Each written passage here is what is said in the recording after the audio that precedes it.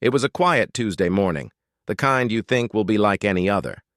The sun was just rising over the horizon, and I was enjoying the calm, sipping my coffee, waiting for the day to begin. But then the sound of engines and shouting shattered. The peace. I stood up, squinting into the morning light, and saw them. Margaret Ashford, the HOA president, and a group of people standing on my property. I thought I was imagining things at first, but no. There she was in her lime green tracksuit, waving her arms like she was some kind of dictator giving orders.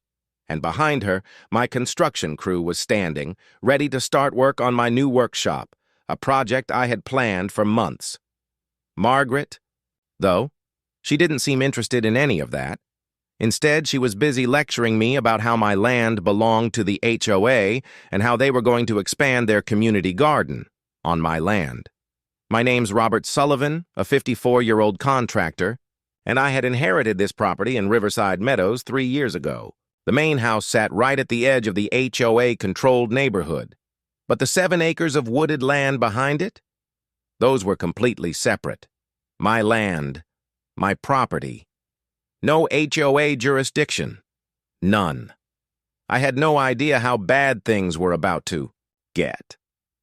At first, Margaret seemed harmless. She sent me notes about the neighborhood beautification projects, the usual stuff.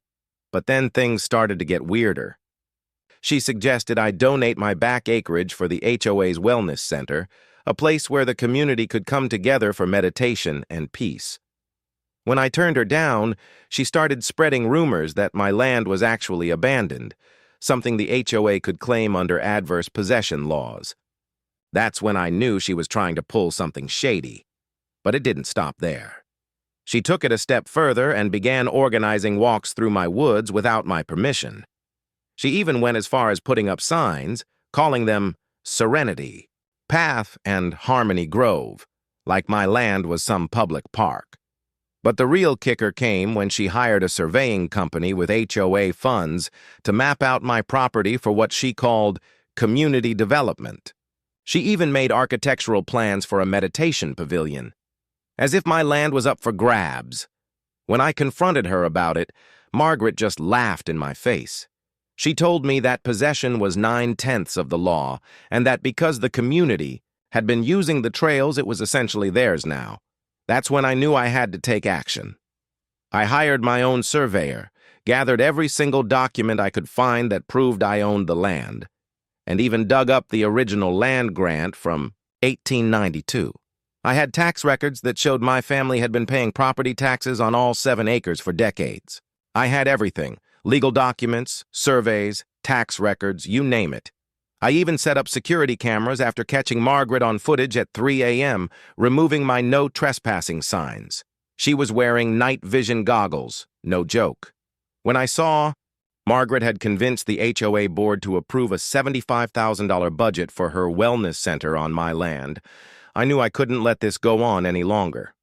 I called the sheriff and scheduled my construction crew to arrive at the same time as her groundbreaking ceremony. When Officer Daniels arrived, Margaret was already on one of her usual rants about the community needing this space for the greater good.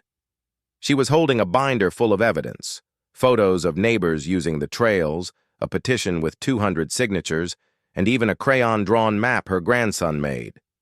She demanded that I vacate the property for the inspection, but I calmly handed Officer Daniels my folder full of actual legal documents, the deed to my property, the surveyor's report, the tax records. I had it all. And when Margaret tried to argue that I was being selfish, Officer Daniels started to see through her. He told her that not only was she trespassing, but she might have committed fraud by accepting donations for a project she had no legal right to. The officer's expression changed as he explained that she was not just breaking laws, but she had also misappropriated HOA funds. And to top it off, she was potentially committing criminal trespass. That's when the bulldozer I hired to start the construction roared to life, drowning out her protests. I could see the realization dawning on her face. Margaret didn't stop there, though. She tried to rally the neighbors, but the damage was already done. People were pulling out their phones, checking their donation receipts, and starting to call their lawyers. It turned into a full-blown spectacle, and the county prosecutor got involved after the officers filed their reports. It wasn't just me she had to worry about anymore. The neighbors she had manipulated for money were coming after her. She was arrested soon after and charged with fraud, criminal trespass, and theft by deception for the $75,000 she had raised for the illegal project. As the investigation went on, they found out she had been stealing money from the HOA for years, using it for her personal expenses, spa treatments and designer handbags she claimed were for HOA events that never happened. The total she had, stolen? Over $200,000. At an emergency HOA meeting, Margaret was immediately removed from her position by unanimous vote. She stormed out of the room, throwing a tantrum, and announced that she had placed a spiritual curse on the entire neighborhood. To this day, I can't help but laugh about that. The curse didn't work, though. In fact, property values in our neighborhood actually went up after she was gone. The criminal trial was swift. Margaret's lawyer tried to argue that she genuinely believed the land belonged to the community, but the evidence was too much to ignore. Emails showed she had researched adverse possession laws and knew she didn't meet the requirements, but she thought she could bluff her way through it.